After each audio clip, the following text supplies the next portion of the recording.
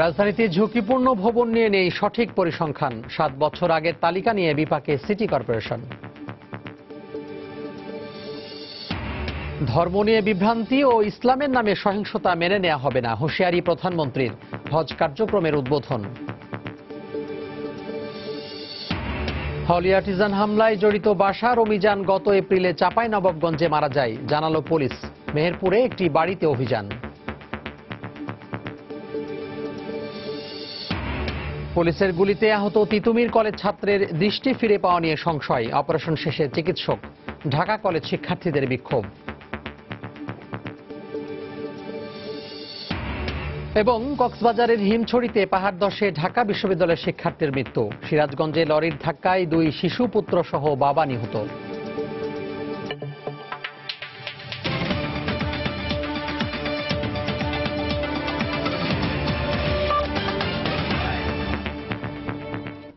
প্রবাসের সময়ের সঙ্গে আছি আমি তোহা খান তামিম।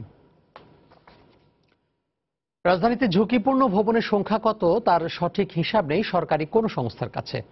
বিভিন্ন সংস্থার কাছে রয়েছে বিভিন্ন হিসাব। এতে রাজুকের দেওয়া তালিকা অনুযায়ী 321টি ভবন অপসারণ করতে গিয়ে বিপাকে পড়েছে সিটি কর্পোরেশন। আর রাজুক বলছে, ভবন ঝুঁকিপূর্ণ কিনা তার মানদণ্ড নির্ধারণ করে সমন্বিত তালিকা তৈরি করা হলে এই সংখ্যা আরও বাড়বে। রিপোর্ট সেলিয়া সুলতানার। 2016 সালে দুর্যোগ ব্যবস্থাপনা ও ত্রাণ মন্ত্রণালয়ের এক হিসেবে বলা হয়েছিল ঢাকা শহরে ঝুঁকিপূর্ণ ভবনের সংখ্যা 72,000। 2004 সালে সিটি কর্পোরেশন জানায় এমন ভবনের সংখ্যা প্রায় 500। রাজুকের উন্নয়ন নিয়ন্ত্রণ বিভাগ থেকে পাওয়া তথ্যে এই সংখ্যা 321টি, যা প্রায় 7 বছরের পুরনো। 2011 সালে জাইকার জরিপে গণপূর্ত বিভাগের নির্মিত ঢাকার 2193টি সরকারি ভবনের 59%ই ঝুঁকিপূর্ণ বলে চিহ্নিত করা হয়। আজ পর্যন্ত ঝুঁকিপূর্ণ ভবন নিয়ে পূর্ণাঙ্গ কোনো জরিপের তথ্য পাওয়া যায় না। সাম্প্রতিক সময়ে রাজুকের দেয়া তালিকা অনুযায়ী 321টি ভবনের মধ্যে 13টির কোনো অস্তিত্ব নেই। 24টি ভবন এরই মধ্যে নতুন করে নির্মাণ করা হয়েছে।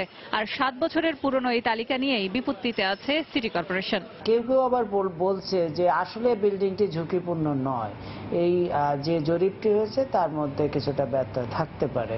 রাজুককে আবার পত্র দিয়েছি, আপনারা কনফার্ম করে বলুন যে আসলে কোন বিল্ডিংগুলো ঝুঁকিপূর্ণ সত্যিকার ভাবে, এবং সেই ক্ষেত্রে আমরা সেগুলো ডিসপোজ আপ করার ব্যবস্থা নিতে পারব।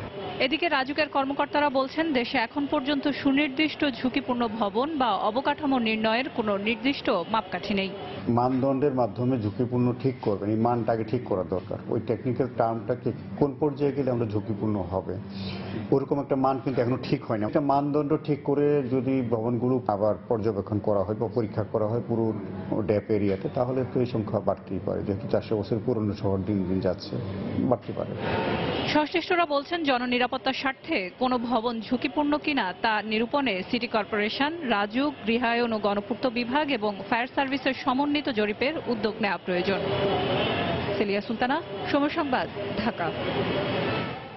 কিছু মানুষ শান্তির ধর্ম ইসলাম নিয়ে বিভ্রান্তি ছড়াচ্ছে উল্লেখ করে প্রধানমন্ত্রী শেখ হাসিনা বলেছেন, ধর্মের নামে সন্ত্রাস সৃষ্টি করে সমাজকে অস্থিতিশীল করতে দেয়া হবে না। শনিবার সকালে রাজধানীর আশকোনায় হজ ক্যাম্পে এবছরের হজ কার্যক্রম উদ্বোধন করে একথা বলেন প্রধানমন্ত্রী। আওয়ামী লীগ সরকার ইসলামের পৃষ্ঠপোষক জানিয়ে এবার থেকে হজের প্রাক নিবন্ধন কর্মসূচি সারা বছরই চালু রাখার ঘোষণা দেন শেখ হাসিনা। ইসলাম ধর্মের 5টি স্তম্ভের মধ্যে অন্যতম হজ। সবার জন্য অবশ্য পালনীয় না হলেও আর্থিকভাবে সক্ষম লাখো মুসল্লি প্রতি বছর হিজরি সনের জিলহজ মাসে বাংলাদেশ থেকে সৌদি আরবে যান সৃষ্টিকর্তার কাছে নিজেকে সমর্পণ করার ধর্মীয় এই আনুষ্ঠানিকতা পালন করতে। প্রত্যেক বছরের মতো এবারও সরকারি বেসরকারি মিলিয়ে বাংলাদেশ থেকে 1,27,198 জন হজ পালন করতে যাবেন। 24 জুলাই থেকে শুরু হওয়া হজ ফ্লাইট 26 আগস্ট পর্যন্ত ধর্মপ্রাণ মুসল্লিদের নিয়ে যাবে সৌদি আরবে। শনিবার সকালে রাজধানীর আশকোনা হজ ক্যাম্পে এই বছরের হজ কার্যক্রমের উদ্বোধন করেন প্রধানমন্ত্রী শেখ হাসিনা।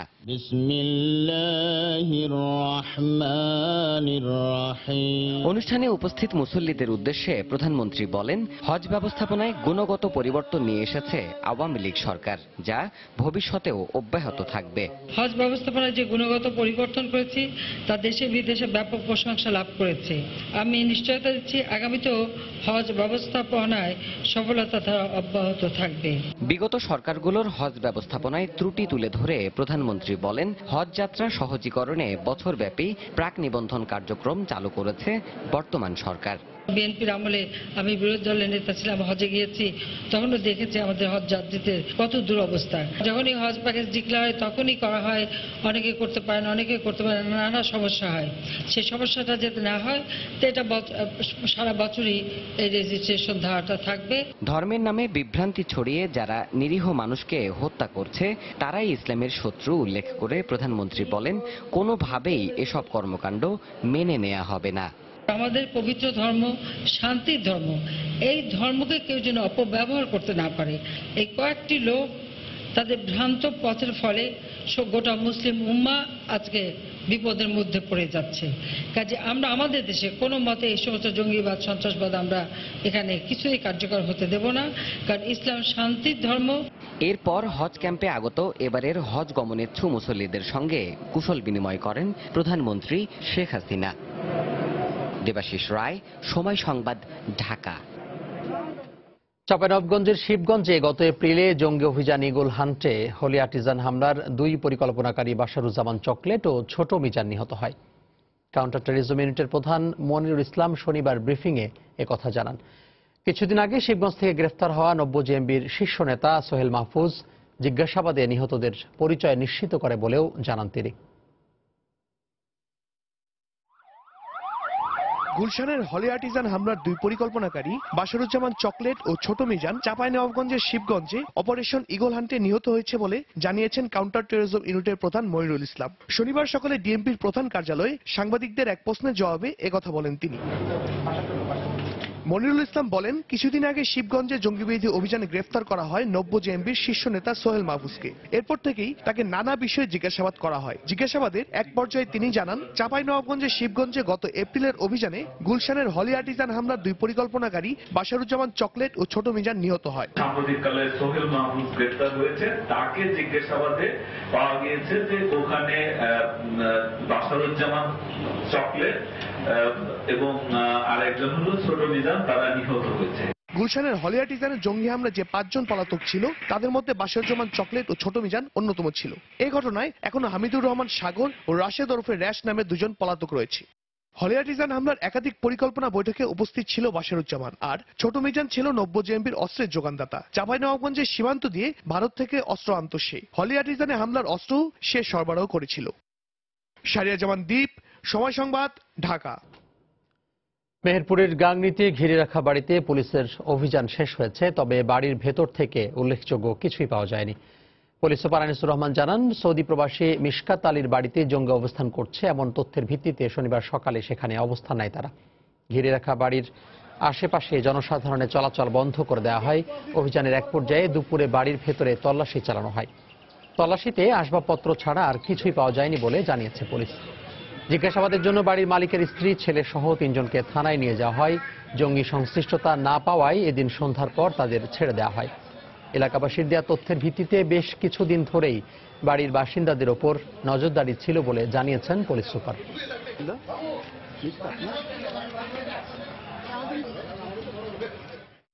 গোপন সংবাদের ভিত্তিতে আজকে কয়েকদিন যাবতীয় আমরা এই একটু দূরে দোতলা যে একটা বাড়ি আছে সেই বাড়িটা আমরা রেকি করছিলাম। আমরা বাড়িটা ঘিরে রেখেছিলাম চারদিকে, এবং কিছুক্ষণ আগে আমরা বাড়িটাতে তল্লাশি চালাই।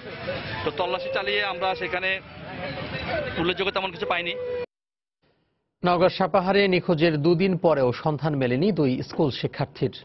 তাদের সন্ধান চেয়ে থানায় মামলা করেছেন তাদের অভিভাবকরা। তারা জানান, সাপাহার পাইলট উচ্চ বিদ্যালয়ের এসএসসি পরীক্ষার্থী নাইমুর রহমান দুর্জয়ের সঙ্গে শুক্রবার সকালে তার খালার বাড়ি সদরের বালুডাঙ্গার উদ্দেশ্যে রওনা হয় আহসানুল আলম অনুপম। এরপর থেকেই তাদের 2 জনের মোবাইল বন্ধ পাওয়া যায়। গত 2 দিনে বিভিন্ন স্থানে খোঁজাখুঁজি করেও তাদের কোনো সন্ধান পাওয়া যায়নি। শনিবার সকালে সাপাহার থানায় একটি মামলা করে নিখোঁজের স্বজনরা। এদিকে অভিযান অব্যাহত আছে বলে জানিয়েছে পুলিশ। নাইমুর রহমান এবং তার বন্ধু অনুপম গতকাল ভোর 6টায় বাসা থেকে বের হয় তার বোনকে দেখার উদ্দেশ্যে তার খালার বাসা নওগাঁতে। আসতেছি বলে চলে যায় এবং এই পর্যন্ত আমরা তাকে খুঁজে পাচ্ছি না। প্রবাসের সময় আরও থাকছে।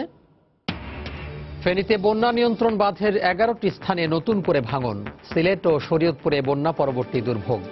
প্রবাস জীবনের বিভিন্ন দিক নিয়ে কথা বলতে আমাদের নিউ ইয়র্ক সময় স্টুডিওতে এসেছিলেন লেখক সাংবাদিক ডক্টর মাহবুব হাসান। দর্শক, চলুন দেখে নেই তার সাক্ষাৎকারটি।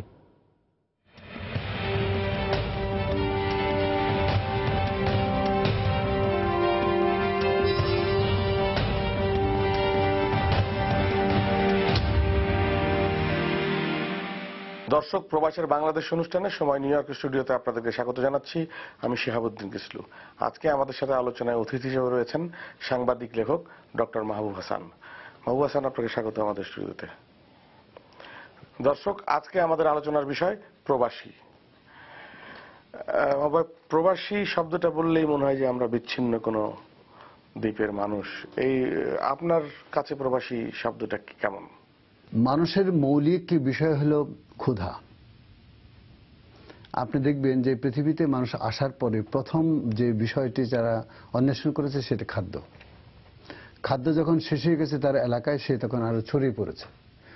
যখন দেখে যে খাদ্য সে করতে পারে না, একা খাদ্য কি বলে অর্জন করতে পারে না বা ধরতে পারে না বা উৎপাদন করতে পারে না, তখন উৎপাদন সিস্টেমটার মধ্যে ছিল না, বা ধরেন শিকারের সিস্টেমটা ছিল, সে করতে পারে না, তখন আরেকজনকে ডেকে নিয়েছে। এইভাবে সংঘবদ্ধ হয়েছে এবং তারপরে এই সংঘবদ্ধভাবেই তারা অনেক সময় ছড়িয়ে পড়েছে, কারণ এখানে খাদ্য শেষ হয়ে গেছে, অন্য জায়গা থেকে খাদ্যের সন্ধানে গেছে। এইভাবে ব্ল্যাক আফ্রিকা থেকে, যেটা তখন পৃথিবীটা ছিল একই এখানে ভাগাভাগিটা ছিল না, বা সমুদ্র একে ভাগ করে দেয়নি তখন। ধরেন এটা 20 কোটি বছর আগেকার ঘটনার কথা বলছি। তারপর তারা এভাবে তারা সরে যায়। বলা হচ্ছে যে কালো মানুষরা হলো পৃথিবীর আদিম মানুষ। তারাই স্প্রেড আউট হয়ে গিয়ে একটা অংশ গেছে এশিয়ায়, একটা গেছে ইউরোপে, একটা আমেরিকা, এই সব এলাকায় এসছে। তারপর আস্তে আস্তে কোটি কোটি বছর চলে গেছে। আগে কোনো বর্ডার ছিল না, কিন্তু এখন প্রত্যেকের বর্ডার তৈরি করে ফেলছে। আমার দেশে ঢুকবে না, যেটা ডোনাল্ড ট্রাম্প এখন করেছেন, যে না এই দেশগুলোর লোকজন এখানে দেব না, আসতে দেব না, কারণ হতে পারে তারা সন্ত্রাস করতে পারে, আমদানি করতে পারে, আমাদের নিরাপত্তা বিঘ্নিত হতে পারে। এটা তার এক ধরনের যুক্তি। যদি আপনি অন্যের সঙ্গে না মেশেন, যা না মেলান, তাহলে কিন্তু জীবনকে আপনি নানা প্রেক্ষিতে দেখতে পারবেন না। বাঙালিরা যে প্রবাসের জীবন বেছে নিচ্ছে, সেটি কি বাঙালির সেই শেকড়টাকেই অন্যত্র স্থাপন করছে বলে মনে হয় আপনার কাছে? আধুনিক জীবনে আমরা এটা ভাবি না কখনো। আমরা আধুনিক জীবনে যেটা ভাবি সেটা হলো প্রবাসে যাব, আমাদের অর্থনৈতিক যে দারিদ্র অবস্থা আছে সেটাকে পরিবর্তন করব। মূল লক্ষ্য কিন্তু আপনার দুটো। একটি হলো কিছু লোক জ্ঞানান্বেষণ করবে, আর কিছু লোক যারা শ্রম বিনিয়োগ করে অর্থ উপার্জন করবে এবং দেশে পাঠাবে। এই যে শেকড় সন্ধানী সংস্কৃতি, তারপরে আমাদের সংস্কৃতির গোড়া আমাদের দেশে মানে আমরা পুঁতে রেখেছি, এগুলো হলো এই আধুনিক রাষ্ট্র ব্যবস্থার চিন্তা থেকে এগুলোকে করা হয়েছে। এই যে যেমন আপনি দেখবেন যে নৃতত্ত্ব যে বিষয়টা, অ্যানথ্রোপোলজির বয়স মানে আবিষ্কার করেছে মোটে 200 বছর হলো। তার আগে জীবন ছিল না। এরা এসে ভিন্নতা করছে, হোয়াইট, ব্ল্যাক, এশিয়ান, মেশিয়ান। জীবন কোনো স্থবির জিনিস চিন্তার মধ্যে থাকে না। না, জীবন চলমান, সবসময় বহমান। সে নদীর মতো বহমান, চলছে। প্রকৃতি যেভাবে চলছে, প্রকৃতির ভিতরে অনেক গোছানো জিনিস আছে, আমরা সেটা দেখি না। এই যে ঋতু বৈচিত্র্যের বিষয়টা আপনি যদি চিন্তা করেন, আমরা এটা আবিষ্কার করেছি। এটা তো আপনার আমাদের প্রকৃতিতে ছিল না? ছিল। রাত এবং দিন, এটা প্রকৃতির ছিল। আমরা রাত হিসাবেও চিনতাম না, দিন হিসাবে চিনতাম, নামকরণ করেছি। সময় কি করে আমরা ভাগ করেছি? 24 ঘন্টা এক সময়। কারণ আমরা দেখেছি যে আমাদের কাজের সুবিধার্থে, আমাদের ঘুমানোর সুবিধার্থে এই কাজগুলো আমাদের করতে হবে। এখন ঘড়ি ধরে আমরা চলি। কিছু মানে পরিবার সহ আসেন, তারাও দেশের চিন্তা করেন যে না, শেষ জীবনে দেশে ফিরে যাব। তার মূল কারণ হলো যে ওই সংস্কৃতি থেকে এসে এই সংস্কৃতির সঙ্গে মিশতে তারা পারে না।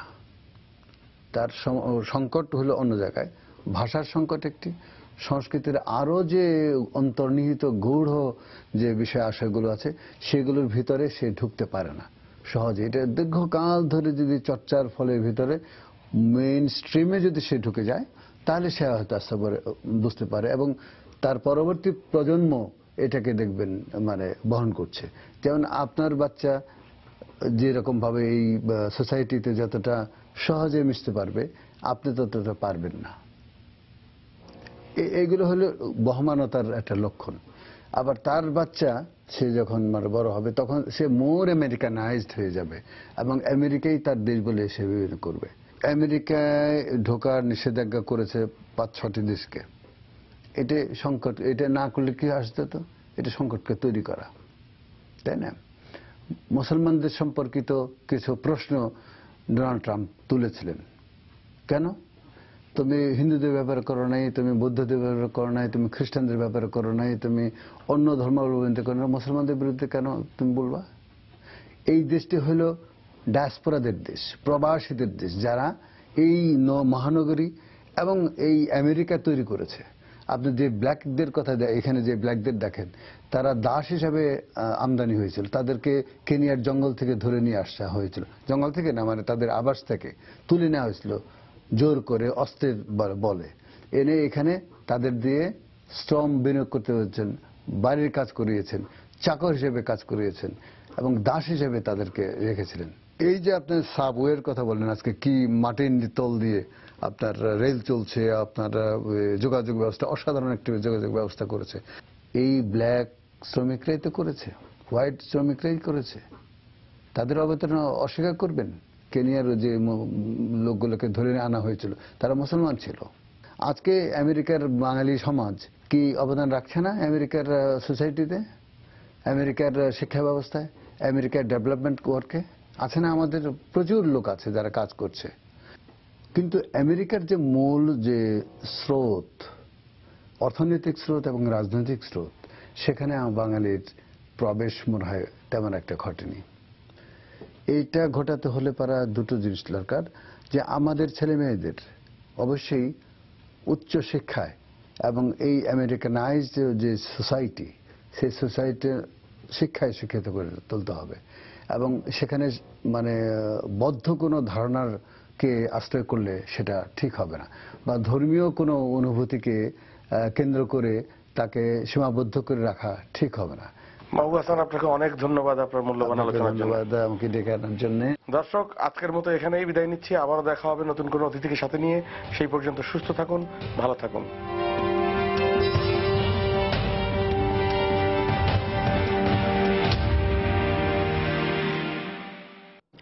প্রবাস জীবনের নানা দিক নিয়ে কথা বলতে নিউ ইয়র্ক সময় স্টুডিওতে এসেছিলেন লেখক সাংবাদিক ডক্টর মাহবুব হাসান।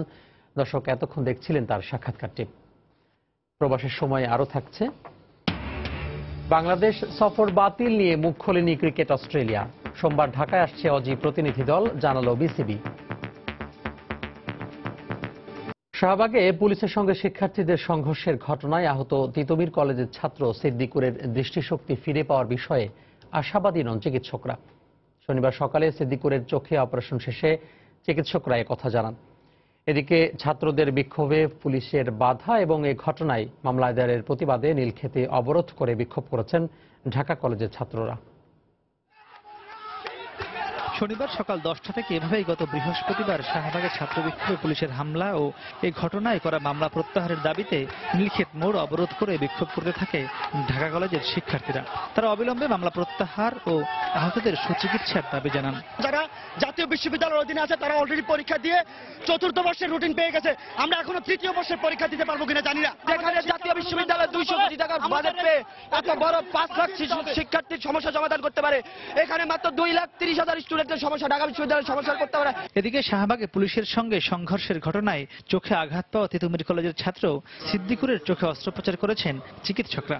প্রায় 1.5 ঘন্টা অপারেশন শেষে চিকিৎসকরা জানান তার চোখে দৃষ্টিশক্তি ফিরে পাওয়ার বিষয়ে তারা আশাবাদী নন। চোখের ভিতরে যে বিভিন্ন স্ট্রাকচার থাকে, যেমন আইরিস, লেন্স, ভিট্রিয়াস, এগুলি সবকিছু ইনজুরির জন্য এলোমেলো হয়ে গেছে। স্ট্রাকচারগুলি যদি এলোমেলো হয়ে যায় সেক্ষেত্রে কতটা কি হবে ঠিক এই মুহূর্তে বলা সম্ভব না, তবে দৃষ্টিশক্তির ব্যাপারে আমরা খুব একটা আশাবাদী না। সন্তানের চোখ হারানোর কথা জানতে পেরে কান্নায় ভেঙে পড়েন তার মা, স্বজন ও সহপাঠীরা। একটা বছর পরে বাবা বিসিএস লাগাইবো, আর কিভাবে ভবিষ্যৎ সরকারই ভালো জানেন। প্রধানমন্ত্রীর কাছে আপনি এইটুকু আবেদন বাবা, আমার সন্তানের তো আমারে দেন না। দেশবাসীর কাছে সকলের কাছে আমার একটাই বার্তা, যাতে আমার ভাইটা কিছুটা করে কথার মধ্যে যাতে আমার ভাইয়ের জন্য কিছুটা করে যাতে আমার ভাইটা স্বাবলম্বী বলে। প্রয়োজনে দেশের বাইরে হোক যেখানে হোক ওর চিকিৎসা যাতে সরকার ব্যবস্থা করে, এটা এখন সবচেয়ে জরুরি।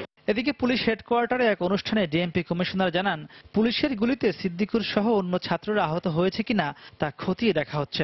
পুলিশের বক্তব্য হচ্ছে যে ছাত্ররা যে ফুলের টপ ছুঁড়ে মেরেছে পুলিশের দিকে, ঢিল ছুঁড়ে মেরেছে, সেটার আঘাত লেগে থাকতে পারে, এবং ছাত্ররা বলেছে না টিয়ার সেল এই তার কপালে লেগেছে। এটা কোনটি সেটি আমরা অনুসন্ধান করে দেখছি। যদিও গত বৃহস্পতিবার শাহবাগে সংঘর্ষ চলাকালে মোবাইলে ধারণ করা ছবিতে স্পষ্ট দেখা যায় পুলিশের হাতেই আহত হন তিতুমির কলেজের ছাত্র সিদ্দিকুর। ঢাকা বিশ্ববিদ্যালয়ের আওতাধীন ছাত্রী সরকারি কলেজের ছাত্ররা পরীক্ষার রুটিনের দাবিতে সেদিন শাহবাগে বিক্ষোভ করছিল। মাহমুদ রাকিব, সময় সংবাদ, ঢাকা। কক্সবাজারের হিমছড়িতে ঝর্ণা দেখতে গিয়ে পাহাড় ধসে ঢাকা বিশ্ববিদ্যালয়ের এক শিক্ষার্থীর মৃত্যু হয়েছে। এ সময় আহত হয়েছেন আরও 3 জন। শনিবার বিকেল 4:30টার দিকে এই দুর্ঘটনা ঘটে। পুলিশ ও প্রত্যক্ষদর্শীরা জানান, বর্ষা মৌসুমে কক্সবাজার টেকনাফ মেরিন ড্রাইভ সড়কে হিমছড়ি এলাকায় বেশ কয়েকটি ঝর্ণার সৃষ্টি হয়। এদিন দুপুরে পর্যটকদের একটি দল ঝর্ণায় গোসল করতে নামে। হঠাৎ পাহাড়ের একটি অংশের মাটি ধসে 4 জন চাপা পড়েন। এতে ঘটনাস্থলেই সাব্বির আলম রিদওয়ান নামে একজন নিহত হন। আহতদের উদ্ধার করে সদর হাসপাতালে ভর্তি করা হয়।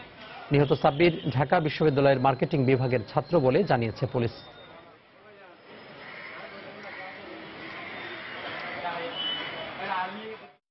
আমার ফ্রেন্ড উপরে দাঁড়ানো ছিল, হঠাৎ করে কি জানি হলো, আমরা আওয়াজ পেলাম। আমি আওয়াজ পাওয়ার সাথে আমার পিঠের উপর পাথর পড়লো, আর আমি ওই সময় পড়ে গেছি।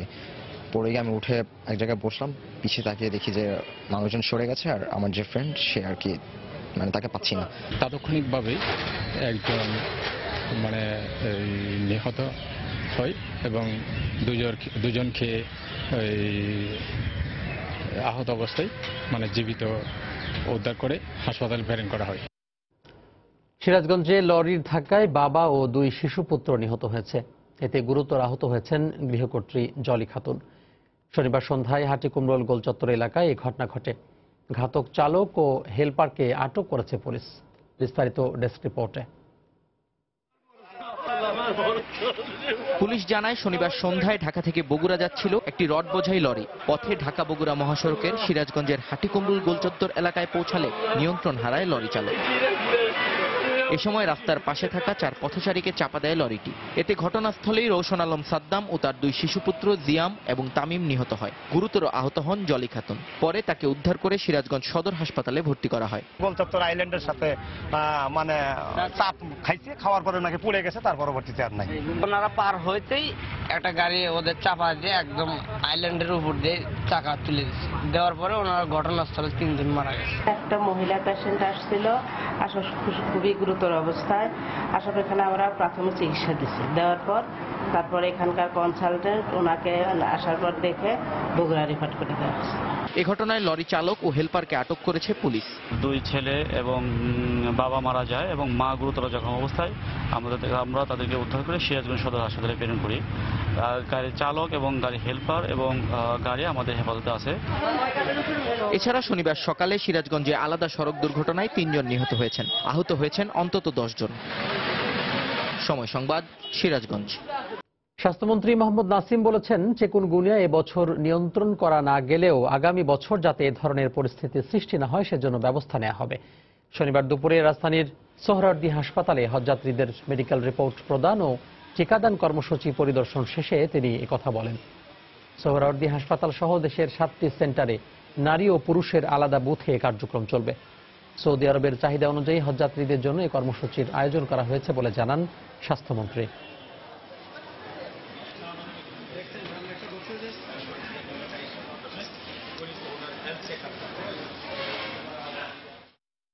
সিটি হাসপাতাল সহ 60টি সেন্টারে ভ্যাকসিনেশন দেওয়া হয়েছে এবং বিভিন্নভাবে রক্ত পরীক্ষা অন্যান্য কাজ সম্পাদন করা হচ্ছে। কারণ এটা ছাড়া যদি তারা যায় সেখানে তাহলে কিন্তু হাজিরা হাত করতে পারবে না। চিকুনগুনিয়া রোগ প্রাদুর্ভাবের জন্য ইতিমধ্যে সিটি কর্পোরেশন কাজ শুরু করেছে, মশাদের জন্য কাজ শুরু করেছে। আমরা তো আগের থেকে করছি, সচেতনমূলক ব্যবস্থা করছি। আজকে আমি বিশ্বকর্মীদের সাথে বসে আগামী বছরের জন্য এই ধরনের কোনো রোগের প্রভাব না ঘটে কি মতামত তাদের দেওয়া। আগামী 10 দিনের মধ্যে ঢাকা দক্ষিণ সিটি কর্পোরেশনকে চিকুনগুনিয়া মুক্ত করা হবে বলে জানিয়েছেন মেয়র সাইদ খোকন। শনিবার চিকুনগুনিয়া জ্বর রোধে সিটি কর্পোরেশনের পক্ষ থেকে আয়োজিত র্যালি শুরুর আগে তিনি একথা বলেন। পরে একটি বর্ণাঢ্য র্যালি নগর ভবন থেকে শুরু হয়ে পল্টন জাতীয় প্রেস ক্লাব হয়ে আবার নগর ভবনে গিয়ে শেষ হয়। র্যালিতে রং বেরঙের ব্যানার, ফেস্টুন ও প্ল্যাকার্ড বহন করা হয়। এতে চিকুনগুনিয়া রোধে সচেতনতামূলক বিভিন্ন পরামর্শ তুলে ধরা হয়। নগর ভবনের কর্মকর্তা কর্মচারীরা ছাড়াও দক্ষিণ সিটি কর্পোরেশনের 57টি ওয়ার্ডের কাউন্সিলররা এই র্যালিতে অংশ নেন।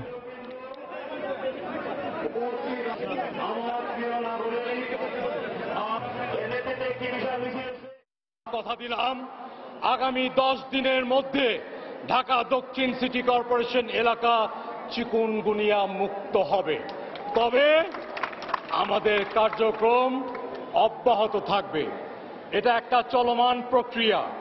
হয়তো 10 দিন পর এই এলাকা চিকুনগুনিয়া মুক্ত হবে, হয়তো 99% হয়ে যাবে, হয়তো 98% হয়ে যাবে, এমনও হতে পারে 7 দিন পর আবার নতুন করে আসতে পারে। জাতীয় দিবসের আমন্ত্রণ পত্রে জাতির জনক বঙ্গবন্ধুর ছবি বিকৃতির অভিযোগ অমূলক দাবি করে বরগুনা সদর উপজেলার নির্বাহী কর্মকর্তা গাজী তারিক সালমান বলেছেন, অসৎ উদ্দেশ্যেই একটি মহলের ইন্ধনে তার বিরুদ্ধে মামলা হয়েছে। গণমাধ্যমের সঙ্গে আলাপকালে তিনি একথা জানান।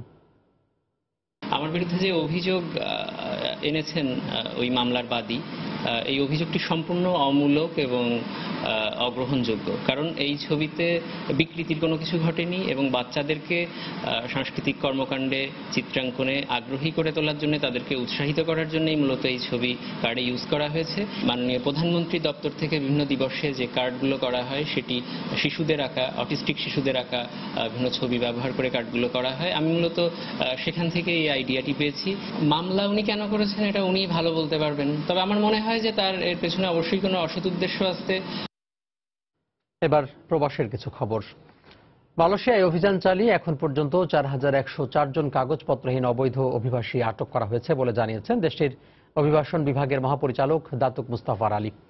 এদের মধ্যে প্রায় 1400 জন বাংলাদেশে রয়েছে বলেও জানানো হয়। এর মধ্যে কেবল শুক্রবারই অভিযান চালিয়ে বাংলাদেশের সহ অন্তত 80 জন অবৈধ অভিবাসন প্রত্যাশীকে আটক করা হয়। এদের মধ্যে শিশু ও বৃদ্ধা রয়েছে বলে জানা গেছে।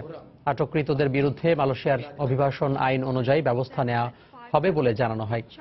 এছাড়া আগামী 31 ডিসেম্বর পর্যন্ত রিহায়ারিং এর মেয়াদ বাড়ানোর কারণে অবৈধ অভিবাসী বিরোধী অভিযান কিছুটা শিথিল করা হয়েছে বলে জানিয়েছে কর্তৃপক্ষ।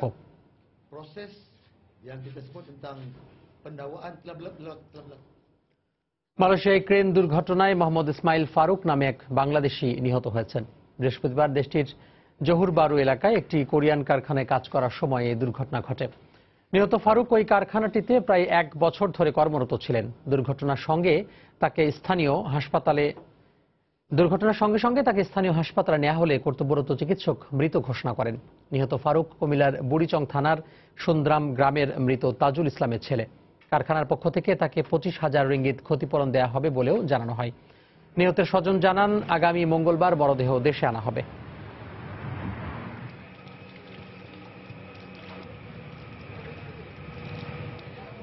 ঢাকা থেকে শ্যামলী পরিবহনের সৌহার্দ্য নামের একটি বাস নির্ধারিত সময়ে কলকাতায় না আসায় চরম বিড়ম্বনার শিকার হয়েছেন ঢাকাগামী যাত্রীরা। জানা যায়, শুক্রবার শ্যামলী পরিবহনের সৌহার্দ্য নামের বাসটি দুর্ঘটনার শিকার হওয়ায় শনিবার নির্ধারিত সময়ে কলকাতায় পৌঁছাতে ব্যর্থ হয়। নির্ধারিত সময়ে বাস না পেয়ে চরম ভোগান্তিতে পড়েন যাত্রীরা। পরে পশ্চিমবঙ্গের ভূতল পরিবহনের একটি বিকল্প বাসে কলকাতা থেকে পেট্রাপল স্থলবন্দরে পৌঁছে দিতে চাইলে যাত্রীরা তাতে অস্বীকৃতি জানায়। এক পর্যায়ে কিছু যাত্রী তাদের ওই বাসে রওনা দিলেও 50 কিলোমিটার যাওয়ার পর বাসের ভেতরে বিক্ষোভ শুরু করেন যাত্রীরা। পরে বাসটি থানা নিয়ে টাকা ফেরত চেয়ে লিখিত অভিযোগ করেন তারা। এ সময় যাত্রী সেবা নিয়েও নানা অভিযোগ করেন তারা।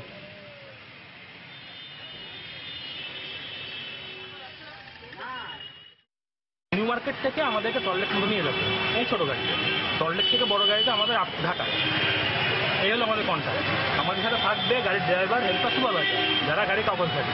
আমাদেরকে ওখান থেকে ট্যাগ লাগাই দেওয়া হবে, আমরা একটা কিচ্ছু পাই না। যেই গাড়িটা ঢাকা থেকে আসে এসে যে গাড়িটা রিটার্ন যায় সেই গাড়িটা এখনো এদিকে আসলো না। এই গাড়িটা দিয়ে আমরা বর্ডার পর্যন্ত পাঠিয়েছি, ও পাশে আমাদের গাড়ি থাকবে, সেই গাড়িতে এনাকে দিয়ে দেওয়া হবে।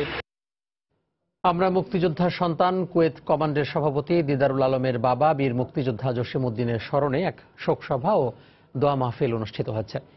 কুয়েত সিটির স্থানীয় একটি হোটেলে হোসেন মোরাদ চৌধুরীর সভাপতিত্বে এবং সংগঠনের সাধারণ সম্পাদক খলিল রহমান তপনের সঞ্চালনায় শোকসভায় প্রধান অতিথি হিসেবে উপস্থিত ছিলেন কুয়েতে বাংলাদেশ দূতাবাসের প্রশাসনিক কর্মকর্তা সাজিদুল ইসলাম। বিশেষ অতিথি হিসেবে উপস্থিত ছিলেন বিভিন্ন রাজনৈতিক, সামাজিক ও সাংস্কৃতিক সংগঠনের নেতৃবৃন্দ। শোকসভা শেষে মরহুমের বিদেহী আত্মার মাগফিরাত কামনা করে বিশেষ দোয়া করা হয়।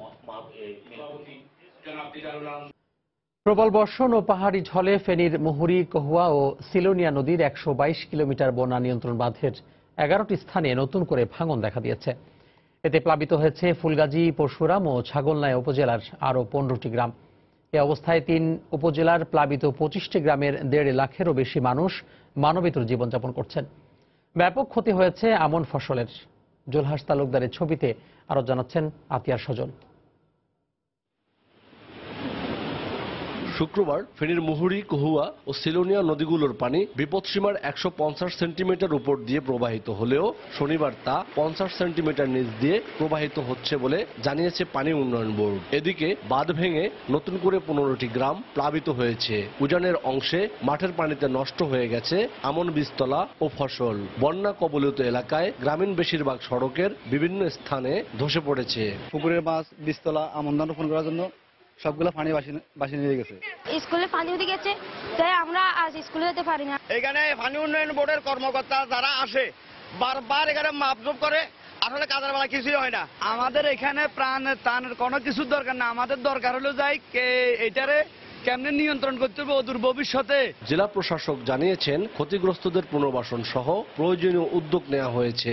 1 লক্ষ টাকা ক্যাশ দিয়েছি। তারপর প্রতি পরিবারকে আমরা 10 কেজি করে চাল দেওয়ার চেষ্টা করছি। পরশুরামেও তাই এবং ছাগলনাইয়াতেও তাই। কাজেই বন্যা পরবর্তী সময়গুলো অ্যাসেস করে অ্যাসেসমেন্ট অনুযায়ী আমরা কার্যকর পদক্ষেপ গ্রহণ করব। এদিকে বাঁধ মেরামতের ব্যাপারে পদক্ষেপ নেওয়ার কথা জানালেন পানি উন্নয়ন বোর্ডের নির্বাহী প্রকৌশলী। মাঠ পর্যায়ে আমার লোকজন আছে, যেসব জায়গায় বাঁধের ক্ষতিগ্রস্ত বন্যার পানি সেটাও অ্যাসেস হচ্ছে এবং বন্যার পানি নামার সাথে সাথে আমরা ব্যবস্থা নেব যাতে পরবর্তীতে কোনো সমস্যা না হয়। পানি উন্নয়ন বোর্ডের তথ্য মতে মুহুরী, কহুয়া ও সিলোনিয়া প্রকল্পের 122 কিলোমিটার নদীর উভয় তীরে বন্যা নিয়ন্ত্রণ এই বাঁধের গত বছরের 21 আগস্ট 19টি স্থানে ভেঙে গিয়ে বন্যার সৃষ্টি হয়েছিল। আতিয়ার সজল, সময় সংবাদ, ফেনী। এ পর্যায়ে শীর্ষ সংবাদগুলো জানিয়ে দিচ্ছি আরো একবার। রাজধানীতে ঝুঁকিপূর্ণ ভবন নিয়ে নেই সঠিক পরিসংখ্যান। 7 বছর আগের তালিকা নিয়ে বিপাকে সিটি কর্পোরেশন। ধর্ম নিয়ে বিভ্রান্তি ও ইসলামের নামে সহিংসতা মেনে নেওয়া হবে না, হুঁশিয়ারি প্রধানমন্ত্রীর। হজ কার্যক্রমের উদ্বোধন। হলি আর্টিজান হামলায় জড়িত বাশার অভিযান গত এপ্রিলে চাঁপাইনবাবগঞ্জে মারা যায়, জানালো পুলিশ। মেহেরপুরে একটি বাড়িতে অভিযান।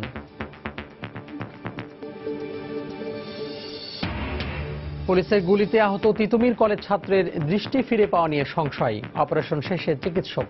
ঢাকা কলেজ শিক্ষার্থীদের বিক্ষোভ।